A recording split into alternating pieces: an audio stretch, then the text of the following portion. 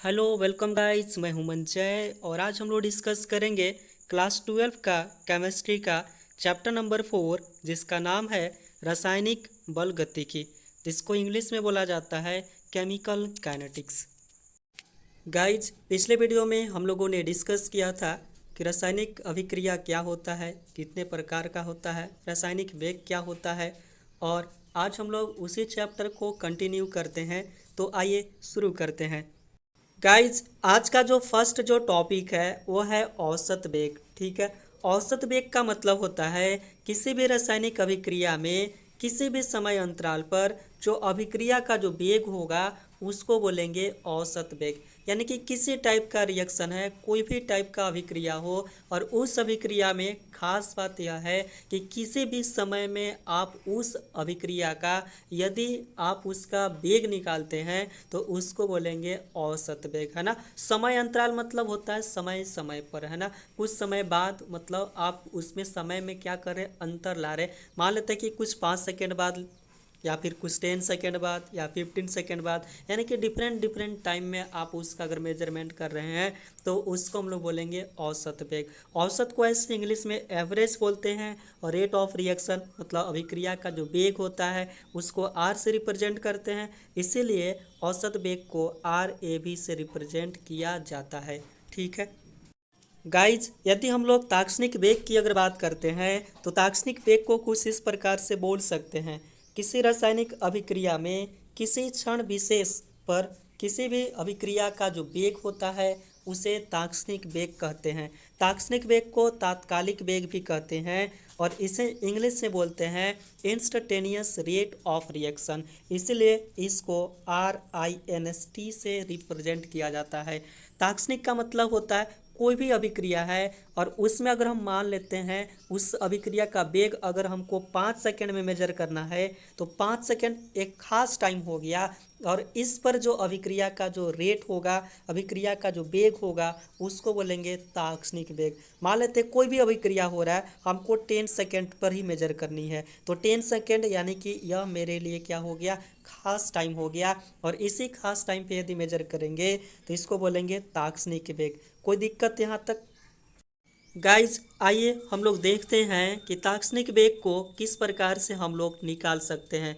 तो ताक्षणिक वेग को ज्ञात करने के लिए ग्राफ में जो बिंदु दिया हुआ रहता है उस बिंदु पर सबसे पहले स्पर्श रेखा खींचते हैं, और स्पर्श रेखा खींचने के बाद उसका ढाल ज्ञात कर लेते हैं। जैसा कि आप यहाँ पे एक ग्राफ को देख सकते हैं, इस ग्राफ को जो खींचा गया है सांद्रता और समय के बीच ग्राफ को प्लॉट किया गया है, और इस ग्राफ से हम लोगों को स्पष्ट दिख रहा है कि समय के साथ सांद्रता में कमी हो रहा है। जब समय के साथ सांद्रता में कमी हो रहा है इसका मतलब अभिकारक की सांद्रता समय के साथ घट रहा है।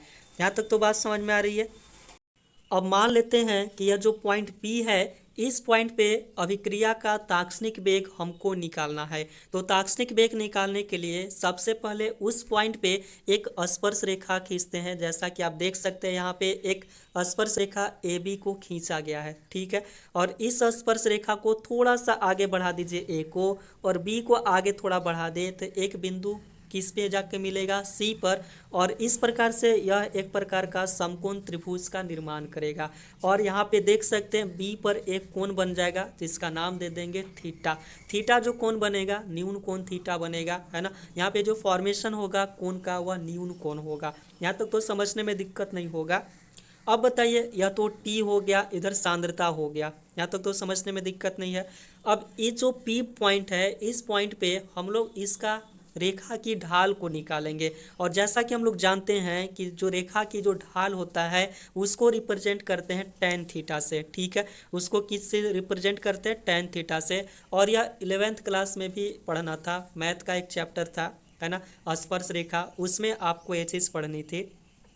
तो जैसा कि हम लोग बोल सकते हैं कि यहाँ पे जो ताक्षणिक वेग होगा वह क्या होगा, स्पर्श रेखा जो होगा मतलब ए बी जो होगा उस ए बी का ढाल निकाल लीजिए, वह क्या कहलाएगा, ताक्षणिक वेग, है ना। माइनस इसलिए लिखा गया है क्योंकि आप देख सकते हैं समय के साथ इसकी जो सांद्रता हो रहा है वह क्या हो रहा है, घट रहा है। यदि यही ग्राफ हम लोग कुछ इस प्रकार से निकालते तो यहाँ पे हम लोग माइनस के स्थान पे प्लस लिखते। ठीक है।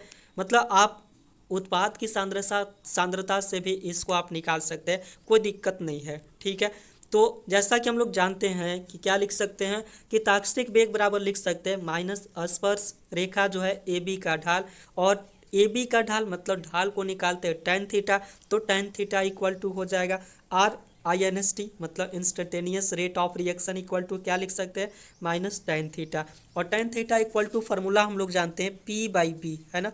पी का मतलब होता है जिसको बोलते हैं परपेंडिकुलर, दैट मीन्स क्या बोल सकते हैं लंब, और बी का मतलब होता है बेस, दैट मीन्स क्या लिख सकते हैं आधार। ठीक है, तो जैसा कि इस ट्राइंगल में आप देखेंगे समकोण त्रिभुज में थीटा यदि यहाँ पे बनेगा तो थीटा के जस्ट सामने के जो भुजा होगा उसको हम लोग क्या बोलेंगे पी, और इसके बाद जो बचेगा ई हो जाएगा बी, है ना। तो टेन थीटा इक्वल टू यहाँ से हम लोग क्या लिख सकते हैं ए सी बटा लिख सकते हैं बी सी, है ना। ए सी बटा क्या लिख सकते हैं बी सी लिख सकते हैं, और माइनस का माइनस हो गया। ठीक है, तो अब क्या कर सकते हैं, यहाँ पे आप देखेंगे समय के साथ ये चल रहा है, तो समय के साथ इसलिए are instantaneous delta t tends to zero, delta t का मतलब समय में परिवर्तन हो रहा है, जीरो से परिवर्तन हो रहा है, इसीलिए यहाँ पे लिखा हुआ है delta t tends to zero. और यहाँ पे किसका परिवर्तन हो रहा है, तो जो रिएक्टेंट है उसकी सांद्रता में समय के साथ परिवर्तन हो रहा है, तो समय के साथ परिवर्तन हो रहा है इसीलिए हम लोग डी लिख दिए और डी टी लिख दिए, क्योंकि परिवर्तन जो होता है आप उसको रिप्रेजेंट करते हैं डेल्टा से, चाहे तो आप इस प्रकार से डेल्टा लिख सकते हैं या फिर केवल डी लिख सकते हैं, ऐसे भी लिख सकते हैं, या फिर कुछ इस प्रकार से भी लिख सकते हैं, कोई दिक्कत नहीं है, तीनों चलता है ना। ऐसा क्यों होता है इसका भी कंडीशन होता है, बट उतना आप नहीं जानिए, बट इतना जानिए क्या, चाहे तो आप डेल्टा लिख सकते हैं यानी कि स्मॉल डी लिख सकते हैं, या फिर कुछ इस प्रकार का सिंबल भी लिख सकते हैं, तीनों सिंबल एक ही चीज़ को रिप्रेजेंट करता है और वो होता है परिवर्तन। अगर यहाँ पे आर लिखा हुआ है तो सांद्रता मतलब जो अभिकारक है उसमें परिवर्तन, और कैपिटल ब्रैकेट मैंने बताया था कि वह सांद्रता को रिप्रेजेंट करेगा, तो आर लिखा गया मतलब अभिकारक, और कैपिटल ब्रैकेट तो अभिकारक की सांद्रता, और डी का मतलब हो गया परिवर्तन, है ना। तो यानी कि अभिकारक की सांद्रता में परिवर्तन तो हो रहा है, लेकिन किसके रिस्पेक्ट में हो रहा है, तो समय के रिस्पेक्ट में हो रहा है, मतलब डी टी लिख दीजिए, है ना। यानी कि जैसे जैसे समय में परिवर्तन होगा वैसे वैसे अभिकारक की सांद्रता में परिवर्तन होगा, और यहाँ माइनस चिन्ह जो रिप्रेजेंट कर रहा है वह कर रहा है कि अभिकारक की जो सांद्रता हो रहा है वह समय के साथ घट रहा है। यहाँ तक तो कोई दिक्कत नहीं होगा। गाइज यह जो टॉपिक है ताक्षणिक वेग that means instantaneous rate of reaction, यह बहुत ही इंपॉर्टेंट टॉपिक है क्योंकि एग्जाम में भी पूछे जाते हैं क्वेश्चन, तो आप इसको माइंड में ज़रूर रखेंगे। नेक्स्ट जो टॉपिक है वह है प्रारंभिक वेग। कुछ टॉपिक ऐसे भी होंगे जो आपको जानने के लिए है ना, उतना एग्जाम के पॉइंट ऑफ व्यू से उतने कोई खास नहीं है, जो मतलब खास होगा जो इम्पोर्टेंट होगा मैं आपको वहाँ पे बताता चलूँगा। तो प्रारंभिक वेग की अगर बात करते हैं तो प्रारंभिक कहने से क्या पता चल रहा है, स्टार्टिंग पॉइंट मतलब इनिशियल, है ना, जो स्टार्टिंग में होगा। तो कोई भी जो रासायनिक अभिक्रिया है उस रासायनिक अभिक्रिया के जो प्रारंभ में यानी कि जब समय जीरो होता है उस पर अभिक्रिया का जो वेग होगा उसको बोलेंगे प्रारंभिक वेग, है ना। और इसको आर आई एन से रिप्रेजेंट करेंगे, आई एन का मतलब होता है इनिशियल रेट ऑफ रिएक्शन। कोई दिक्कत यहाँ तक।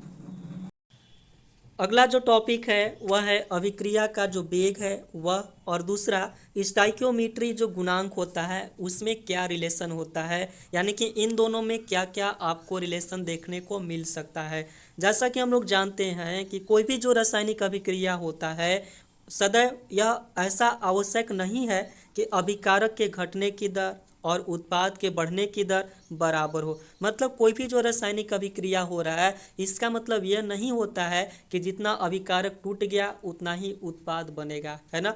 इसका मतलब कुछ ऐसा भी हो सकता है कि कुछ रासायनिक अभिक्रिया में जिस अनुपात में अभिकारक यानी कि घटता है उसी अनुपात में उत्पाद में क्या होती है, वृद्धि होती है। जैसा कि एक सिंपल सा रिएक्शन पे अगर हम लोग विचार करें, मान लेते हैं कि यह एक अभिक्रिया है जो ए टू बी बन रहा है, मतलब ए हमारा क्या होगा अभिकारक होगा और बी जो होगा वह उत्पाद होगा। तो इस रासायनिक अभिक्रिया में ए के घटने की दर या फिर जो बी के बढ़ने की जो दर होगा वह बराबर होगा। तो इस अभिक्रिया के लिए हम लोग अभिक्रिया का वेग को कुछ इस प्रकार से लिख सकते हैं कि यहाँ पे डेल्टा ए मतलब अभिकारक है टी और माइनस चिन्ह लगा दिए, यानी कि समय के साथ अभिकारक ए की सांद्रता घट रहा है और समय के साथ उत्पाद बी की सांद्रता बढ़ रही है। तो दोनों का जो वेग होगा वह क्या होगा, बराबर होगा, इसलिए यहाँ पे बराबर का साइन लिखा हुआ है। तो कुछ इस प्रकार से हम लोग और भी रिएक्शंस को लिख सकते हैं, जैसे कि PCl5 है, फॉस्फोरस पेंटाक्लोराइड है। अगर यह टूटता है तो दो पार्ट में टूटकर अलग होगा, फॉस्फोरस ट्राइक्लोराइड और आपका क्लोरीन गैस देगा। अगर इसके लिए हम लोग अभिक्रिया का वेग लिखे तो कुछ इस प्रकार से लिख सकते हैं, जैसा कि देख सकते हैं अभिकारक के रूप में यहाँ पे PCl5 है, तो माइनस डेल्टा PCl5 की सांद्रता लिख दीजिए बाई dt लिख दीजिए, यानी कि समय के साथ इसकी जो सांद्रता होगा घटेगा। और उत्पाद यहाँ पे दो चीज़ है, यानी कि डेल्टा PCl3, तो प्लस का साइन लिख देंगे, और Cl2 भी जो होगा उसमें भी प्लस का साइन लिखेंगे। यहाँ तक तो समझ में आ रही है बात। अब रेट ऑफ रिएक्शन को आप आसानी से लिख सकते हैं। ध्यान रहे आपको बीच में बराबर का साइन लिखना है, चाहे वह अभिकारक हो उत्पाद हो, ठीक है।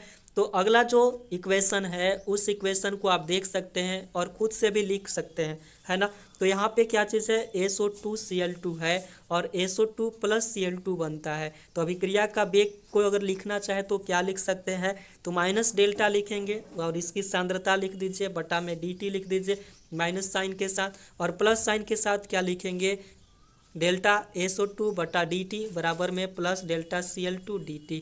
कोई दिक्कत यहाँ तक नहीं है। लेकिन एक बात गौर करने वाली यह भी चीज़ था कि यहाँ पे जितना जो अभिकारक था उतना ही उत्पाद बन रहा था। लेकिन अब कुछ रिएक्शन हम लोग ऐसा भी देखेंगे, थोड़ा सा डिफरेंट होगा, और क्या होगा अभी देखते हैं। जैसा कि आप देख सकते हैं यह रिएक्शन है, हाइड्रोजन को आयोडीन के साथ अभिक्रिया कराया जा रहा है, तो क्या बनेगा, हाइड्रोजन आयोडाइड बनेगा, दैट मीन्स HI बनेगा। और इसको अगर बैलेंस कर देंगे तो 2 से मल्टीप्लाई कर देंगे, क्योंकि दोनों क्या चीज़ है, हाइड्रोजन भी 2 है और आयोडीन भी 2 है। तो इस अभिक्रिया में देखें तो हाइड्रोजन और आयोडीन के जो घटने की जो दर है, अगर उसका तुलना करें HI से, तो HI के बढ़ने की जो दर है वह दुगना है। यानी कि आप देख सकते हैं H2 भी 1 है और I2 भी 1 है। पीछे वाला साइन को देखेंगे, यानी कि H2 भी 1 है और I2 भी 1 है, लेकिन जो HI जो बन रहा है वह डबल बन रहा है। यानी कि इन दोनों की घटने की दर को अगर तुलना करें तो HI जो बढ़ने की जो दर है वह दुगना है। तो अतः इस अभिक्रिया को बराबर करने के लिए हम लोग HI की जो सांद्रता होता है और उसमें जो परिवर्तन होगा उसको 1/2 से गुना कर देंगे, यानी कि जितना घटेगा, है ना, उतना उसमें हम लोग क्या कर देंगे, गुना कर देंगे। जैसा कि अभी देख सकते हैं यहाँ पे 2HI यानी कि दुगना बढ़ रहा है, तो अगर 2 से भागा देंगे तभी तो बराबर आएगा। इक्वेशन का मतलब क्या होता है कि दोनों तरफ क्या होना चाहिए, बराबर होना चाहिए। इसका मतलब जिस रफ्तार से वह घटेगा उसी रफ्तार से इसको बढ़ना भी चाहिए, यही तो रूल है। यानी कि जिस रफ्तार से जिस रेशियो में घटेगा उस रेशियो में इसको बढ़ना भी चाहिए। तो यहाँ पे H2 और I2 जो घटने की जो दर है, HI जो बढ़ रहा है वह दुगना बढ़ रहा है, इसलिए उसमें 2 से क्या कर देंगे, भाग दे देंगे, यानी कि 1/2 से मल्टीप्लाई कर सकते हैं, ठीक है। तो अभिक्रिया का वेग लिखें तो कुछ इस प्रकार से लिख सकते हैं, minus delta H2 by dt, यह तो ठीक रहेगा, माइनस डेल्टा I2 dt, क्योंकि दोनों अभिकारक है इसलिए माइनस का साइन यूज हुआ, और प्लस लिखेंगे HI के साथ, HI लिख दीजिए, और यहाँ पे कैपिटल ब्रैकेट जरूर लिखेंगे, यहाँ पे छूट गया है, ठीक है, कैपिटल ब्रैकेट लिख देंगे। और अभी हम लोगों ने क्या देखा था कि HI दुगना रफ्तार से बढ़ रहा है, इसलिए 2 से क्या कर देंगे, भाग दे देंगे और प्लस का साइन लगा देंगे, है ना।